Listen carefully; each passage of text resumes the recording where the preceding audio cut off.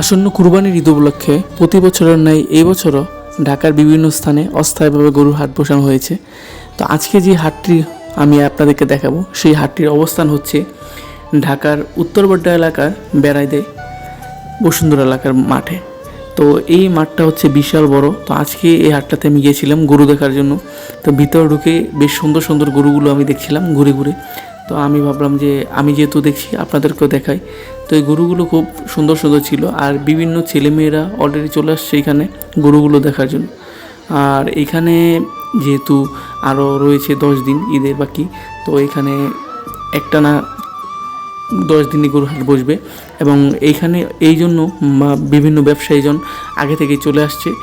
তারা এখানে খাবার থেকে শুরু করে খাওয়া দাওয়া, গোসল সব কিছু এখানে করে থাকে। আর রাত্রি যাপনও এখানে করবে, যেহেতু তারা অনেকগুলো করে গরু নিয়ে এসছে। তো আমি দেখলাম যে খোলা জায়গায় এখানে মানুষ গোসল করছে, তারপর রান্না করছে। তো বেশ ভালো ছিল মুহূর্তগুলো। আর এখানে মাঝখানে পানির একদম সুন্দর ব্যবস্থা রয়েছে। মাঝখানে প্রতি হাটের মাঝখানে টাঙ্কি বসানো আছে, এবং এখান থেকে মানুষ পানি সরবরাহ করছে। পানি সরবরাহ করে সেই পানি দিয়ে তারা বিভিন্ন কাজকর্মগুলো করছে। তো সেই সব কিছু ঠিকঠাক মতন গোছানো আছে। আর যেহেতু এখনও ঈদের বাকি কয়েকদিন, মানুষ এখনও গরু কিনা শুরু করেনি এবং হাটের মধ্যে গরু আসছে, সেহেতু এখনও পর্যন্ত জানতে পারিনি এই হাটের সবচেয়ে বড় গরু কোনটা। যেহেতু এখনও বাকি আছে, বিভিন্ন ট্রাক দিয়ে তারা গরু নিয়ে আসছে, সেটাই দেখছিলাম। তো আমি চেষ্টা করব আপনাদেরকে এই হাটের সবচেয়ে বড় গরু যেটা আছে সেটা আপনাদেরকে দেখানোর জন্য, এবং সেই গরুটা কত দামে যাবে সেটাও আমি আপনাদেরকে অবশ্যই দেখাবো। এখানে সুন্দর সুন্দর গরু আছে যেগুলো দেখলে আপনাদের খুবই ভালো লাগবে। আর আমি এখন যেই জায়গায় আছি, এই জায়গায় পিছনে হচ্ছে এই ট্রাকগুলো দিয়ে হচ্ছে এই গরু নিয়ে আসা হয়েছে, এবং এই ট্রাক থেকে আস্তে আস্তে গরুগুলোকে নামানো হচ্ছে। নামিয়ে তারপর হচ্ছে ওই বাঁশের মধ্যে বাঁধা হচ্ছে। তো